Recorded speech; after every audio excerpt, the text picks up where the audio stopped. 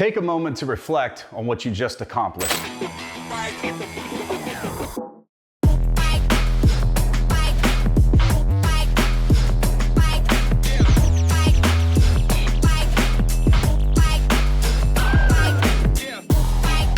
I'll never forget hearing that from a coach as I walked into the gym. The class had just finished their workout and people were scattered around, some standing, some sitting, some flat on their backs, spent, exhausted, but reflecting still. And in that stillness, something was happening. They were taking it all in, processing the work, recovering not just physically, but mentally, emotionally, and spiritually. This month, we're talking about the spiritual exercise of stillness. Let me just ask, how hard is it for you to be still? If we're honest, for many of us, stillness is one of the toughest things we practice because we live in a world that never stops moving. Culture keeps shifting, trends keep trending, and the feed, it never says, you're all caught up. And it's not just the digital world, our real lives are in motion too. New jobs, busy kids, changing routines, unexpected stress. Stillness feels like the exact opposite of what we should be doing. But here's the truth, stillness isn't about doing nothing, it's about doing something that matters. We define stillness as a quiet body, a slow mind, an open spirit, and a focus on God. Stillness is the absence of movement, physically and mentally, so we can create space for God to move in us. When you pause like that, you're not wasting time. You're recovering it. You're giving yourself a chance to rest, to breathe, to reflect,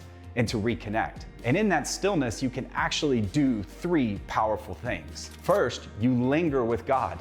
You spend time with Him, not rushing through a prayer, not checking a box, just being in His presence. Second, you recover your rest. Stillness is like programming recovery into your spiritual training cycle. It's not laziness, it's longevity. Third, you learn to wait. That's a hard one. Most of us, myself included, want to be at the tip of the spear, charging ahead, pushing the pace.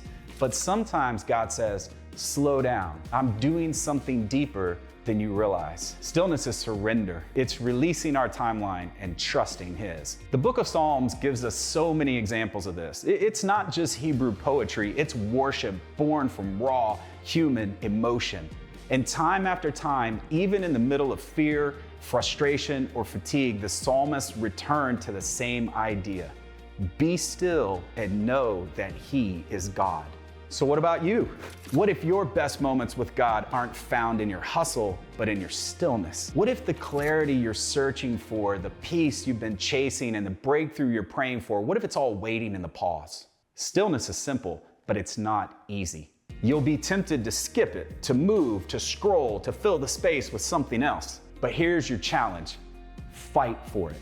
Because the still moments are where God speaks the loudest. So slow your body, quiet your mind, and open your spirit. Focus on the one who never changes, no matter how fast your world moves. If this message hit home for you today, take a minute right now to reflect, just like those athletes post-workout. And if you want more coaching like this for both your physical and spiritual fitness, hit that subscribe button and turn on notifications. We're training for more than performance. We're training for presence. And let's grow together.